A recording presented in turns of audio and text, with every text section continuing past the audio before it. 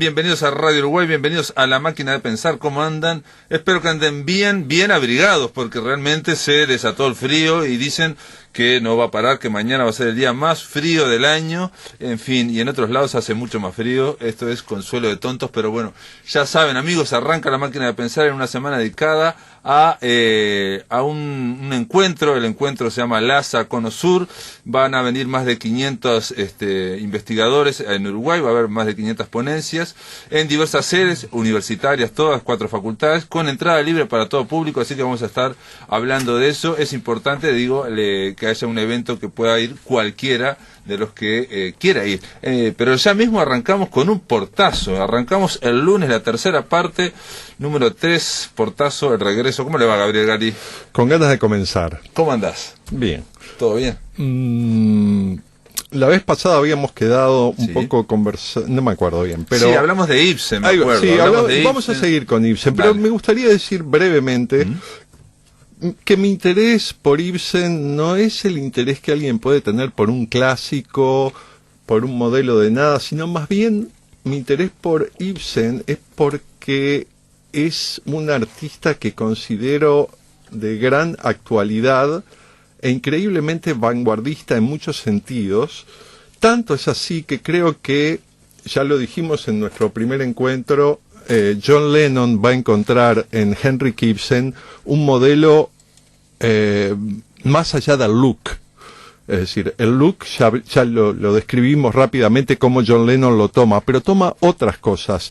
Y para entender esas otras cosas me gustaría retomar lo que dijimos, que Ibsen se va con Ole Bulle a Bergen a fundar el teatro noruego, es decir, es convocado por Ole Bulle a esos fines.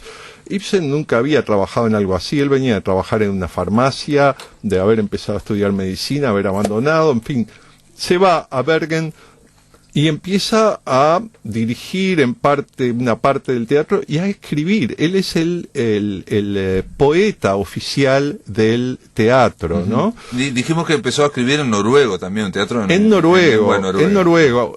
Y él va a formar parte de todo un movimiento que hay underground, y no tan underground en ciertos momentos, que tiene que ver con la lengua.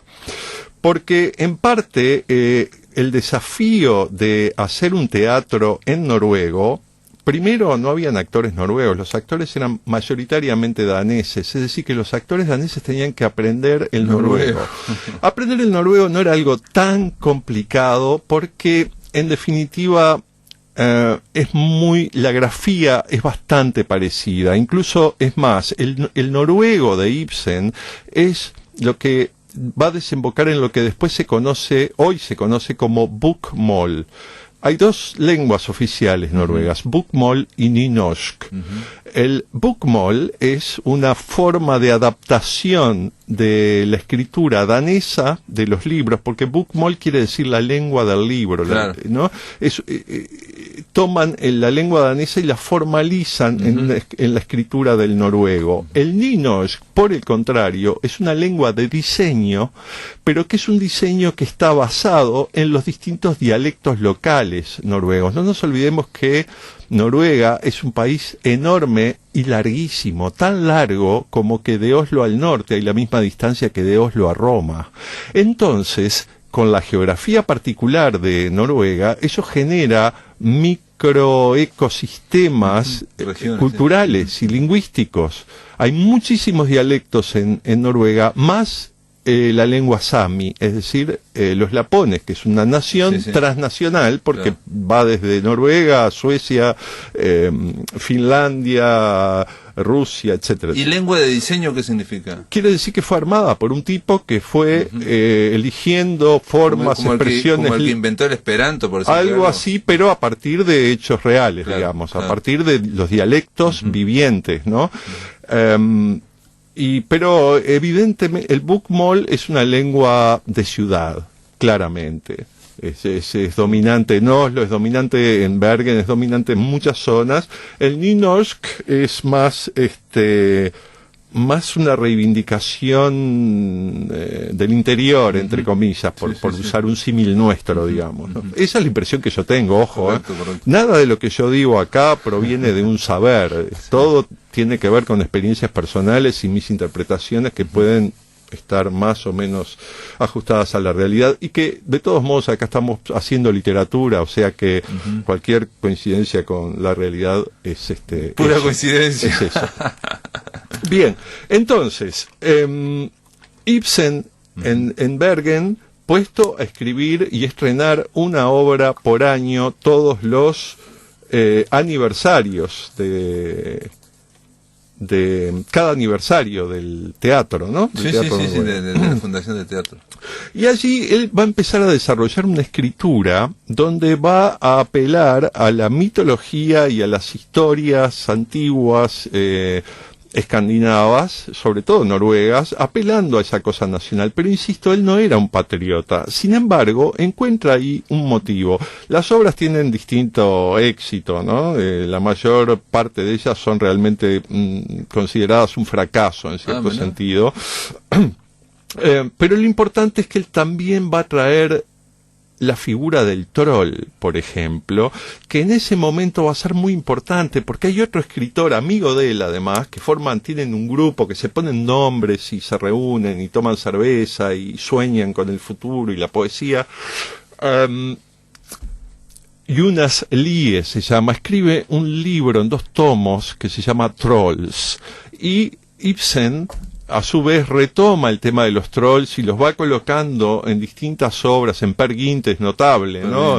Dobre Kungen, que es la parte más, uno de los temas más famosos de los compuestos por Grieg, para Peer Gynt, ¿no? Que es esa marcha que todo el mundo más o menos conoce. Exacto. Sí, perdón. El troll, digamos, es como el elemento mítico, digamos, como una especie de duende, una especie de duende. Se lo traduce como duende, pero es un gran error, porque el duende viene de dueño de casa, duende casa. Es un genio hogareño, mientras que el troll es un genio de la naturaleza. El duende hace travesuras, el troll es siniestro, el troll come niños, el troll, dice Jonas Lie en el prólogo de su libro, no recuerdo las palabras ahora, un día vamos a hablar de mitologías y de estos seres, quizá de los trolls en sí mismos, ¿no?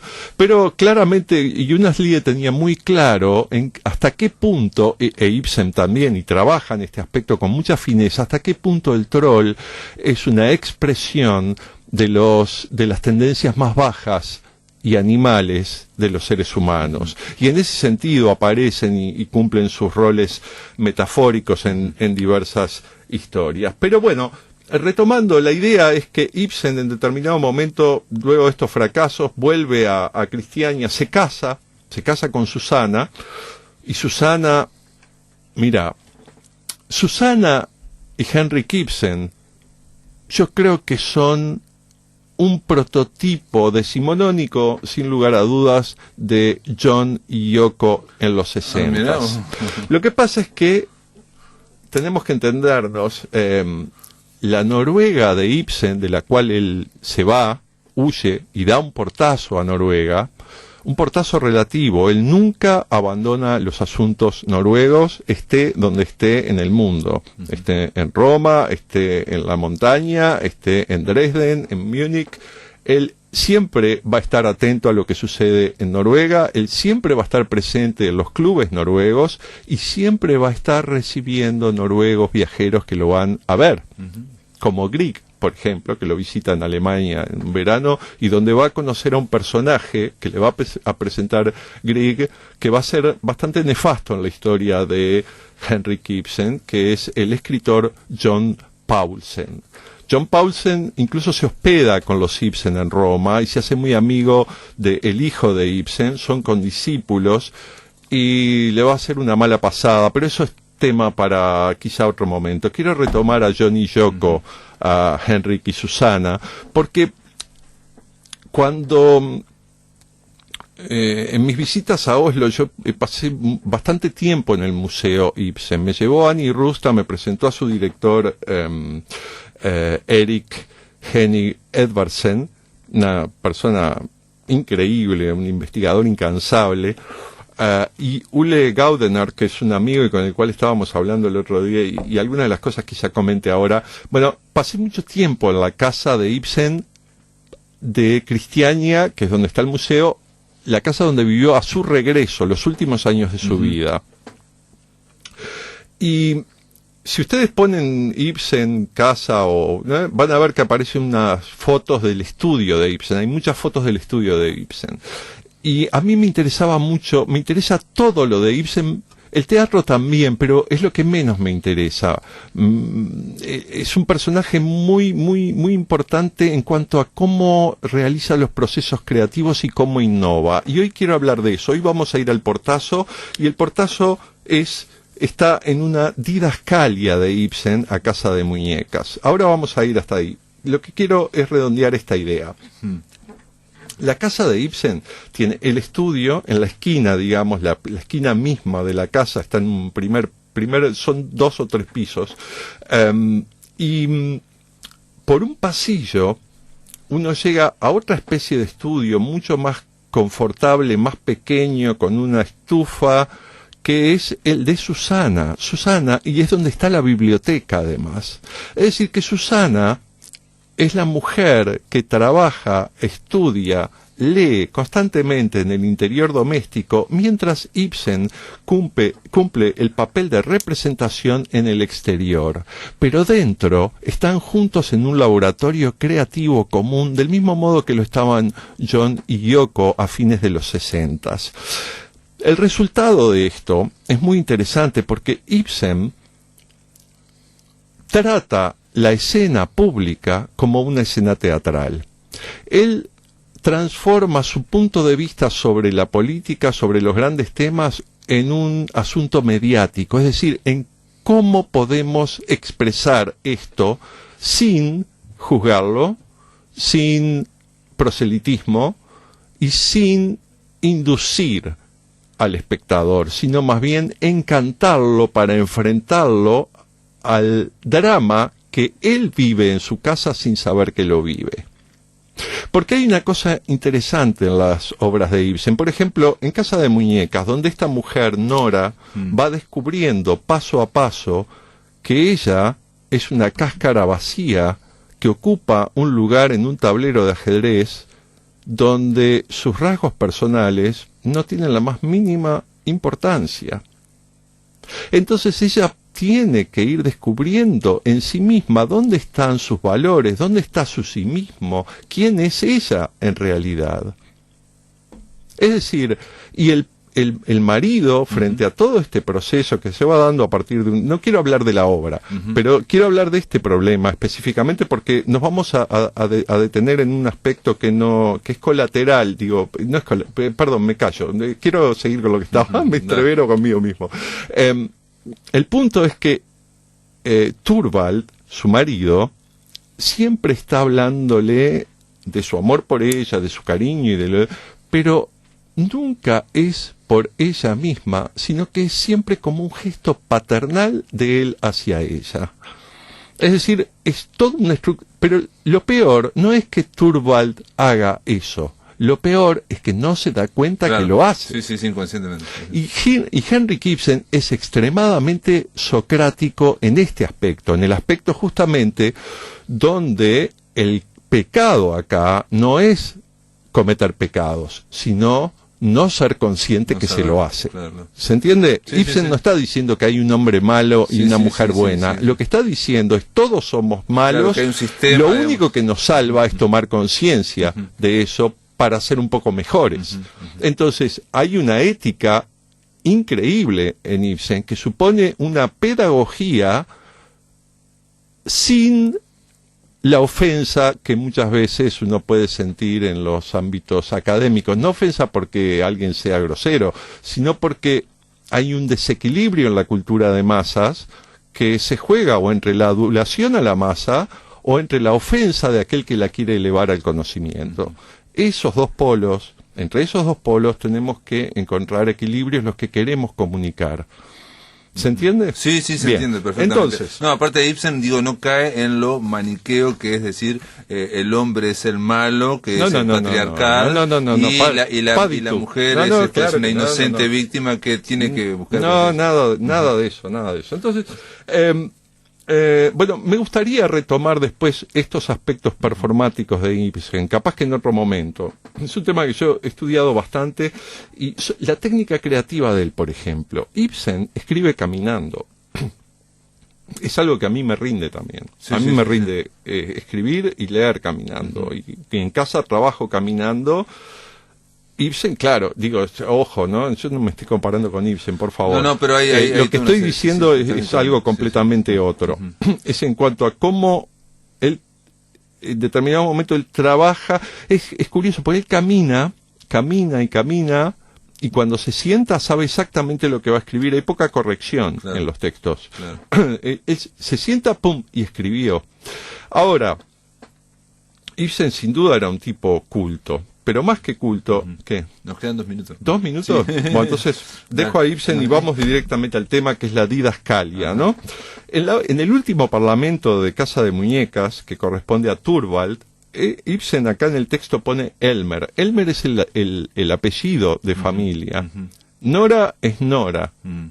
Elmer es Thorvald. Es el apellido, ¿no? Sí. Y entonces... el último parlamento de la obra está entre 2 didascalias, ¿no? Didascalia es la nota que hace el director de teatro cuando dice, por ejemplo, se levanta el telón y hay una mesa en el medio. Sí, la referencia que pone el autor. Sí, exacto. Entonces, lo que uno lee en la edición Aguilar que tengo aquí delante es: se oye abajo la puerta del portal al cerrarse. Punto final. Se oye abajo la puerta del portal al cerrarse. ¿Qué pone Ibsen? Ibsen pone Nedfra höres drönet av en port som slås i loss. La diferencia fundamental acá no está tanto en la... Sí, está en todos lados. Mira. Sí, uno está en noruego y otro está en el castellano. No, Nedfra höres drönet, drönet es un golpe fuerte, un estruendo, es como un trueno. Se siente el tronar de un portón, porque es una casa, nos está diciendo Ibsen. ¿Ya tengo que cerrar? ¿Ya? Sí, 1 minuto. ¿No? ¿Un minuto? Sí, bueno, está, pues, no, tenés una cara de cachorro mojado que no sé qué hacer.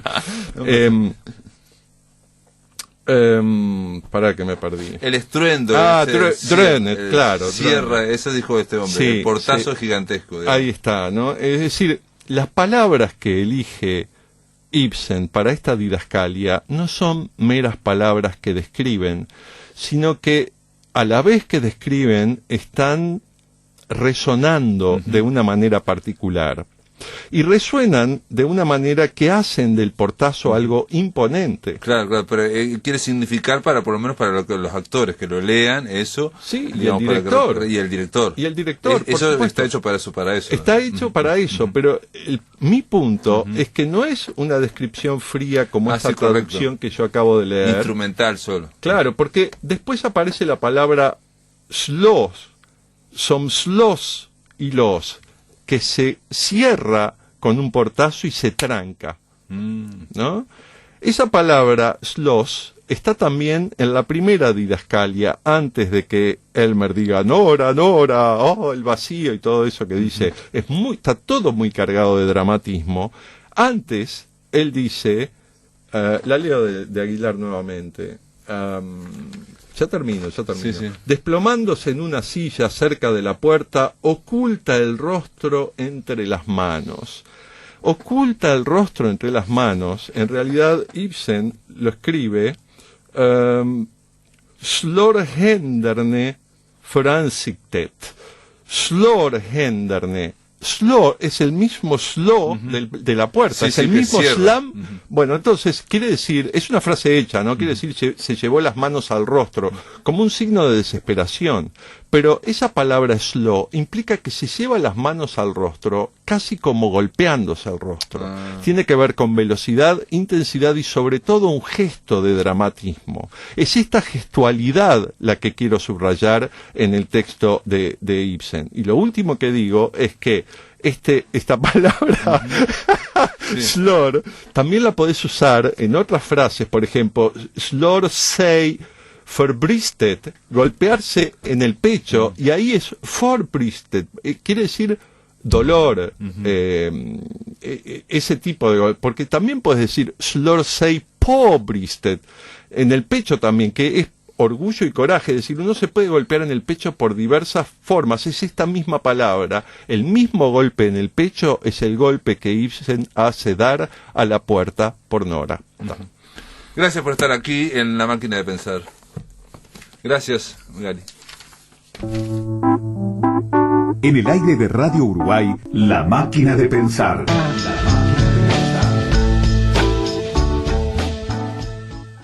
Esta semana va a estar dedicada, al Cono Sur, a Latinoamérica, porque vamos a estar hablando de, ya les dije, el encuentro LASA Cono Sur, que va a tener su base en Montevideo del 19 al 22 de julio y va a ser en 4 sedes, en la Facultad de Ciencias Sociales, en la Biblioteca Nacional, en la Facultad de Información y Comunicación y en la Facultad de Humanidades y Ciencias de la Educación. LASA, ¿qué es LASA? Yo también me preguntaría, ¿qué es LASA, no? LASA Cono Sur. LASA es la principal asociación de investigadores y profesores dedicados a los estudios latinoamericanos en el mundo, ¿no? En esta ocasión va a haber más de 500 ponencias. Si ustedes van al blog de La Máquina, va directo a esas mesas, a esas 500 ponencias, donde casi 2/3 de estos ponentes provienen del exterior, y la entrada, y esta es la buena noticia para asistir, en estos eventos en general hay inscripciones o está dentro del ámbito académico. En este caso es libre y gratuita para todo público, así que amigos, pueden ir. Así que para arrancar hablando de esta reunión del LASA Cono Sur, vamos a darle la bienvenida a dos de los coorganizadores, ¿no? María Rosa Olivera Williams, ¿cómo andás? De la Universidad de Notre Dame. Muchas gracias. ¿Cómo andás? Bien, encantada de volver a Uruguay y de haber trabajado más de un año con Javier Uriarte, mi compañero de viaje, que fue un placer, pero hemos trabajado en todo, ¿no? Desde invitaciones a hoy poner lacitos para colocar las acreditaciones. Para las acreditaciones, sí. O sea que es toda la instrumentación hasta el último detalle. Todo. Y esto implica mucha... y tenemos también a Javier Uriarte. ¿Cómo andás, Javier? Sos de la Universidad de Storybrooke. Sí, exacto. Gracias por la invitación y un gusto estar acá también. La de Storybrooke está en Nueva York, ¿no? Nueva York, sí. En la Universidad Pública. Es la Universidad Pública del Estado de Nueva York, exacto. Queda cerquita ahí de la ciudad, en Long Island, ¿no? ¿Y la de Notre Dame dónde está? Notre Dame en verdad está en la ciudad de Notre Dame, pero la ciudad de Notre Dame es el recinto universitario de Notre Dame. ¿Por qué se llama Notre Dame? Es porque tiene una oficina postal, entonces por eso es Notre Dame, pero está en la ciudad de South Bend, muy cerca de Chicago. Pero es la Universidad Católica de los Estados Unidos. Es una universidad muy, muy prestigiosa, pero muy abierta a las humanidades, a derechos humanos. O sea, tiene gente muy, muy prestigiosa, pero es un tanto especial en este momento que realmente las humanidades están sufriendo muchísimo.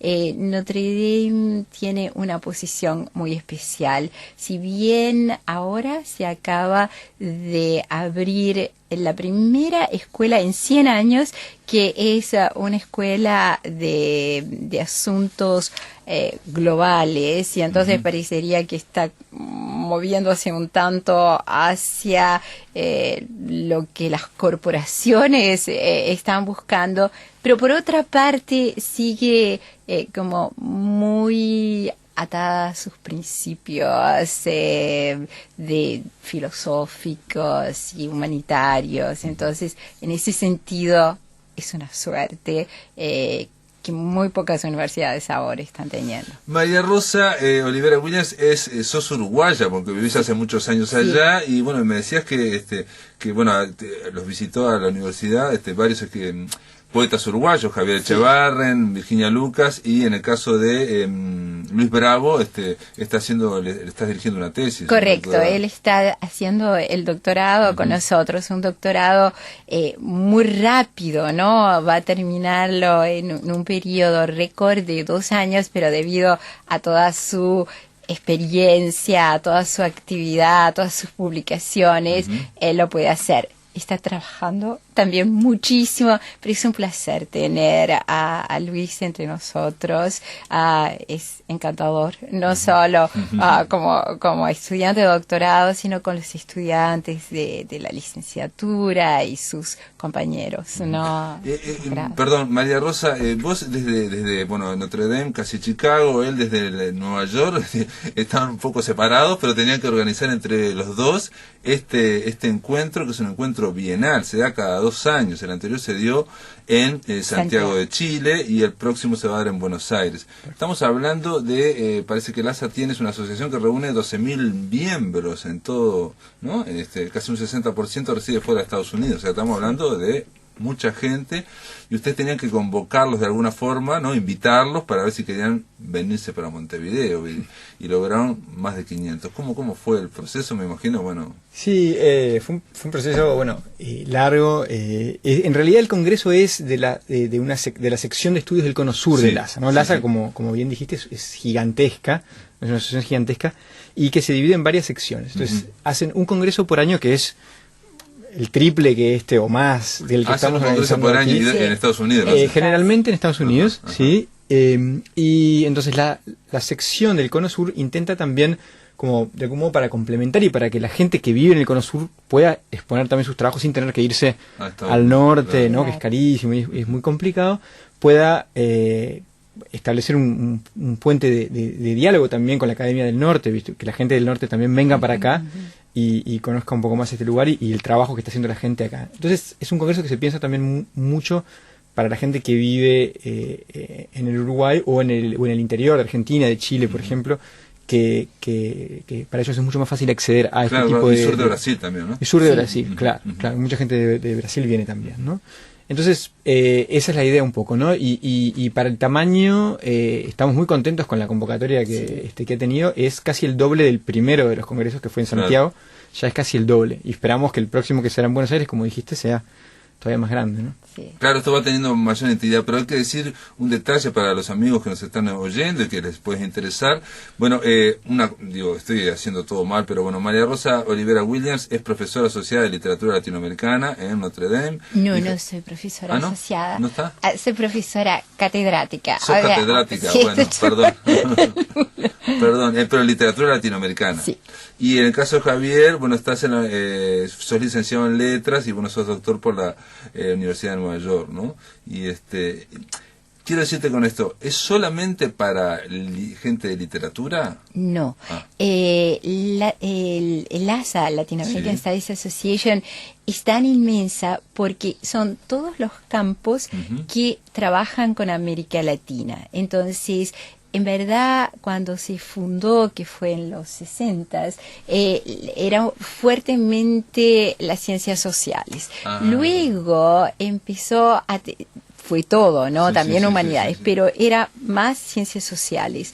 Pero luego, especialmente cuando se abrieron los estudios culturales, atrajo a una gran cantidad de gente en humanidades, si bien siempre estuvieron. Ahora, LASA no solo es de académicos, sino también de activistas, y siempre está este espíritu de ser interdisciplinario, y entonces que la gente tenga posibilidad de escuchar la investigación que otros colegas están haciendo en campos completamente diferentes.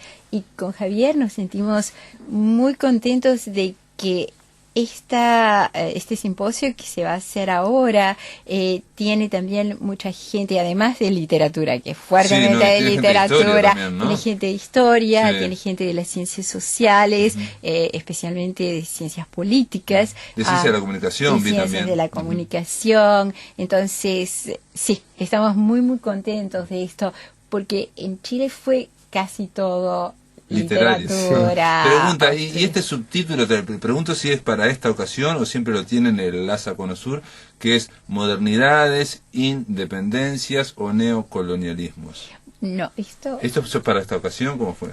Bueno, esto sí, es un subtítulo, digamos, claro, que estamos usando para la convocatoria de este congreso. Que es un subtítulo también amplio para que entre justamente un abanico bastante heterogéneo de propuestas y que de algún modo para interrogar esas problemáticas, ¿no?, que tienen que ver con la modernidad, con la dependencia o la independencia y con la cuestión de lo colonial, que son cuestiones que han obsesionado a los latinoamericanos y acompañado a la reflexión sobre América Latina y desde América Latina desde hace mucho tiempo, ¿no? Entonces esos temas están de algún modo resonando en maneras distintas en la gran mayoría de las presentaciones, ¿no? Claramente hay acercamientos de diferentes disciplinas, de distintos intereses, ¿no? Sí. Una cosa que quería decir sobre la organización es que también que no hemos sido nosotros dos solamente, ¿no? Que ha habido un grupo muy grande de gente acá también, ¿verdad? Sí, es cierto, no lo dije yo, pero es cierto, hay todo un comité de acá, ¿no? Exacto, de todas las instituciones que están acompañando, que ha sido importantísimo para poder organizarlo, ¿no? Sí, hay un comité organizador, de Ana Inés Larrebor, Geraldo Marquesi, de Juan Andrés Morá, Elena Romiti, Gustavo Remedi, María Inés de Torres, entre otros, son los que... Y después hay un comité académico. Obviamente se requiere, ¿no?, una logística importante para tanta gente que viene. Y reitero que son 4 sedes, Facultad de Ciencias Sociales, Biblioteca Nacional, Facultad de Comunicación, de Información, la FIC, de Información y Comunicación, esa que está en Gonzalo Ramírez, la nueva FIC, y la Facultad de Humanidades y Ciencias de la Educación, que está donde está siempre, en la avenida ahí Uruguay y Magallanes. Vamos a hacer una breve pausa y después seguimos conversando. Ahí vamos a ver si nos metemos, es muy difícil, ¿no?, pero meternos en lo que sería el menú de opciones de este programa, el segundo simposio, que nosotros de alguna forma hemos titulado Hablemos de y con el Cono Sur. En realidad no solamente van a hablar de Cono Sur, sino de Latinoamérica, ¿no?, como un subcontinente. Amigos, después de la pausa volvemos a la máquina de pensar, seguimos aquí, estamos conversando con Javier Uriarte y María Rosa Olivera Williams. En el aire de Radio Uruguay, la máquina de pensar.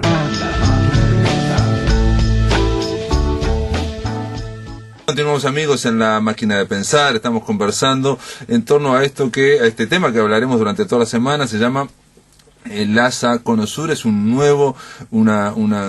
encuentro que va a ocurrir aquí en Montevideo entre el 19 y el 22 de julio en 4 sedes, reitero, en Facultad de Ciencias Sociales, Biblioteca Nacional del Uruguay, en la Facultad de Información y Comunicación y Facultad de Humanidades y Ciencias de la Educación. O sea, en esas 4 sedes va a haber constantemente ponencias, más de 500, en torno a los más diversos temas.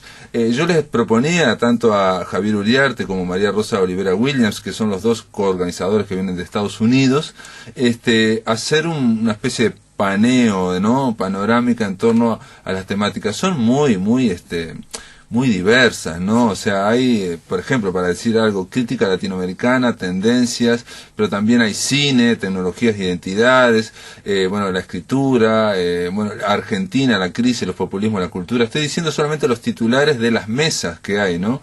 Utopías, distopías, heroísmos, conflictos, clases sociales, en fin, cultura y mercado, digamos. Y todo esto, cuando digo, por ejemplo, cultura y mercado, simplemente para decirles algo, una de las ponencias en la mesa es coproducir Cuba desde el Cono Sur, cine independiente y comprometido, neoliberalismo, ciudad y novela negra en América Latina. Eso me parece extraordinario. El título, ¿no? O El diablo como alegoría del capitalismo. Estas serían una de las mesas, cultura y mercado. Digamos, son muchas mesas, ¿no? No podemos hablarlas de todas, ¿no? Sí, a veces son 9 mesas simultáneas, ¿no? Sí. Es un montón, es un menú. Bueno, está bueno porque hay para elegir, ¿no? Sí. y hay cosas muy diferentes. Yo creo que sí, es muy estimulante y creo que puede puede interesar a gente muy distinta también. Muy disímil, sí, de acuerdo, digamos. Intereses también. Esto quizás lo primero que leí, yo tenía como marcado carácter político, digamos, ¿no? Claro. Digamos, ¿no? Pero no todas son, digamos, de ese estilo o son de cine. Hay otras de literatura. Bueno, yo voy a estar en una mesa dedicada a Mario Lebrero exclusivamente, perfecto. ¿no? Digamos, Claro. pero hay otras que hablan hablan de distintos autores que yo no conozco de repente, que se mencionan también, ¿no? Sí, Cierto, sí. Lo que nosotros queríamos con este título tan amplio, o sea, varios carriles para poder proponer trabajos, era mostrar que Uruguay, pero como parte de Conosur, como parte de América Latina, no es solo un lugar para investigar, sino un lugar donde también se produce pensamiento crítico. Entonces, estos puentes que queremos construir y que se empezaron a trazar desde Santiago, Chile, es para que haya esta vinculación, para que la gente que está aquí conozca lo que se está haciendo en otros lados, claro, especialmente en Estados Unidos, o libros que posiblemente no hayan llegado, pero también para los que venimos de Estados Unidos, conocer en qué está trabajando los colegas aquí, qué libros se están publicando, porque uno de los problemas es que a veces hay islotes, ¿no? Cada país es un islote con respecto a publicaciones, y que lo que se publica en Uruguay no necesariamente se conoce en Argentina, por ejemplo, o en Chile. Entonces, hay una de las mesas que es sobre editores y editoriales que también están hablando de qué pasa en Econosur, qué pasa en América Latina. Pero sí, la temática es increíblemente amplia. Hay una que, por ejemplo, que ahora la estaba buscando pero no encuentro, pero era sobre la canción latinoamericana, la creación, ¿no? O sea, ¿no? Peleando, aprendió a cantar o algo así, ¿no? Sí. Y es un brasilero que va a venir a hablar de la creación de la nueva canción latinoamericana, en fin.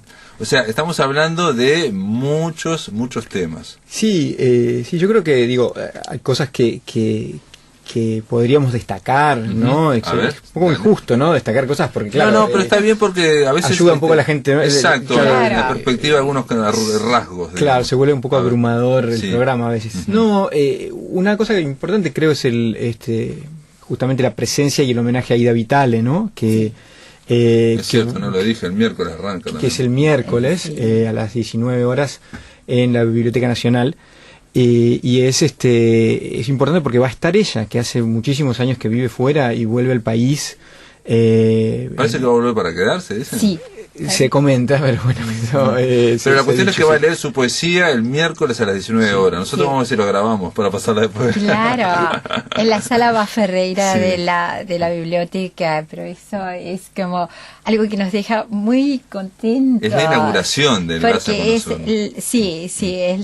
es el cierre del primer día, y antes de la recepción, ¿no? Que vamos a dar para toda la gente que participa en el Congreso, pero nos sentimos muy contentos de que sea en nuestro simposio, que es el primer homenaje que se le hace, y eso hay que agradecer mucho a Ana Inés Larreborge, que estuvo en contacto con ella y con la hija para hacer posible todo esto, y que inmediatamente aceptó, ¿no? Sí. Entonces Sí, sorprendente. Ida Vitale va a ser homenajeada, pero se va a poder escuchar su poesía directamente el miércoles a 19 horas, creo, ¿no? Ahí en la sala Baferreira.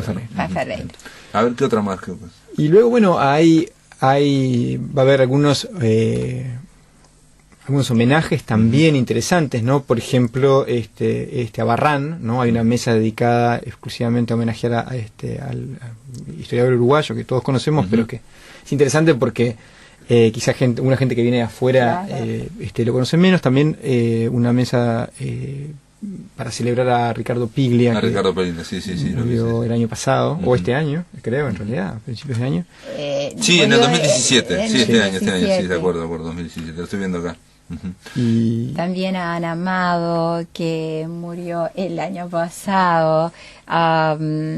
Entonces, sí, hay varias mesas. Y luego mesas también, por ejemplo, en homenaje a Roa Bastos, ¿no? Que son los 100 años de su nacimiento, se cumplen este año, y a Rodó, ¿no? Que también son los 100 años de su muerte. Entonces, mesas con especialistas en el trabajo de estos escritores intelectuales también van a estar presentándose. Y luego las conferencias plenarias, ¿no? que las van a dar colegas de varias disciplinas. Una de ellas es Mabel Moraña, que es, creo que va a dar la charla el último día, y ella es una reconocidísima académica uruguaya que vive en Estados Unidos hace años. Hugo Achugar va a ser el que comience, o sea, ¿no? son como conferencias, digamos, centrales, por llamarlo de alguna forma. Correcto. Y luego hay conferencias muy interesantes. Hay un conversatorio entre historiadores el jueves a la noche en la Biblioteca Nacional también, a las 19 horas también, en el cual nuestro historiador Gerardo Caetano va a estar en diálogo con el historiador chileno Gabriel Salazar Vergara, que también son dos formas de hacer la historia, y van a conversar un poco sobre qué significa hacer la historia desde cada país y de cada una de las metodologías que ellos han usado para hacer la historia, ¿no?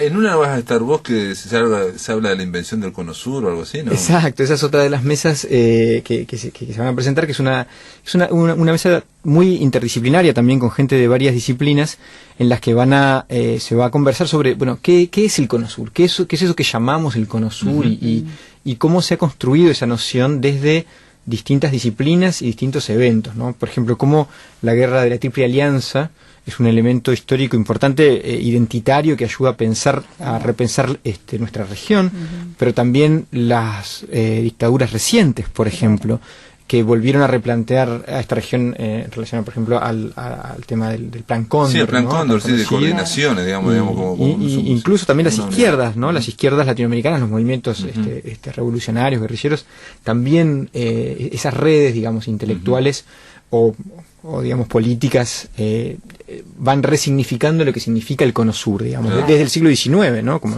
los intelectuales argentinos, los de la generación del 37, que va a hablar Jorge Myers, por ejemplo, sobre eso en esa mesa, que eran todos exiliados que vivían en Chile, en Uruguay, en Brasil, y pensaban Argentina desde esos distintos lugares, ¿no? Entonces, esas cosas vamos a estar pensando en conjunto, esas cosas, ¿no? Y también interesante en esa mesa lo que va a hablar Gustavo Verdecio sobre las poblaciones indígenas, cómo pensar regionalmente la cuestión indígena también hoy en día, ¿no? Me parece también muy importante. Siguiendo con eso, otra de las plenarias, otra de las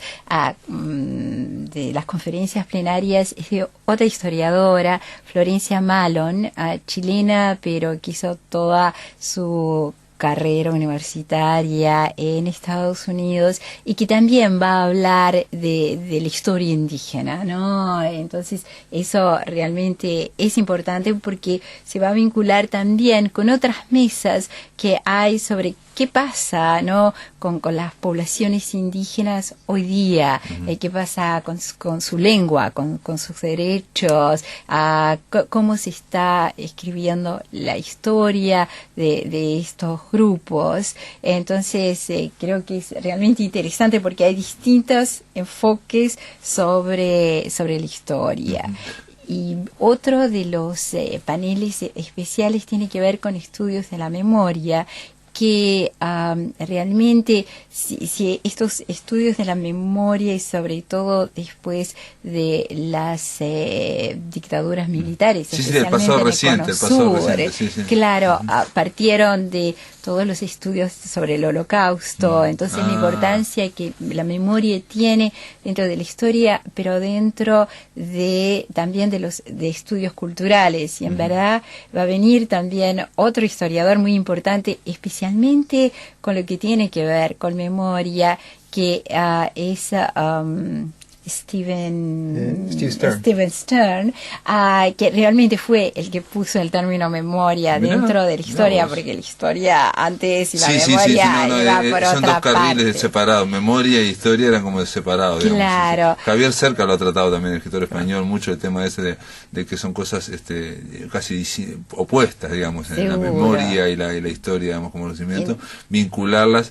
De alguna forma, María Rosa, yo también pienso que todos estos encuentros tienen que ver con, más allá, digamos, de que es una especie de fiesta del intelecto, ¿no? O fiesta, digamos, de encuentros, tiene que ver también con el encuentro personal, digamos, ¿no? Uno no sabe qué va a ocurrir después, digo, ¿no? O sea, de qué lazos, qué vínculos, qué contactos se van a hacer, qué preguntas puede hacer el público también, porque el público puede ir, participar, puede preguntar, puede acercarse, así que, nada, lo mejor para este Laza Conosur, reitero, arranca el 19, el miércoles, con el centro por la tarde, ahí a las 7 de la tarde en la Sala Ferreira y de Vitale, pero ya arranca por la mañana, el propio miércoles. Ustedes pueden ir al programa de Laza Conosur, digo, es muy fácil, van a la máquina de pensar, el bloque de la máquina de pensar, eso ya está linkeado, o ponen en Google el programa, segundo simposio Laza Conosur, y ya sale el programa. Y reitero, la entrada es libre y gratuita para todo el mundo. María Rosa, Olivera Williams, Javier Ullarte, gracias por estar acá en la máquina de pensar. Gracias por Muchas gracias a ti. invitarnos. Gracias por estar, amigos. Mañana vamos a seguir hablando del Laza Conosur. Vamos a estar con Matt Bush y vamos a estar con Matías Núñez y Elvesia Pérez, y después seguiremos hablando durante la semana. Que lo pasen muy, pero muy bien.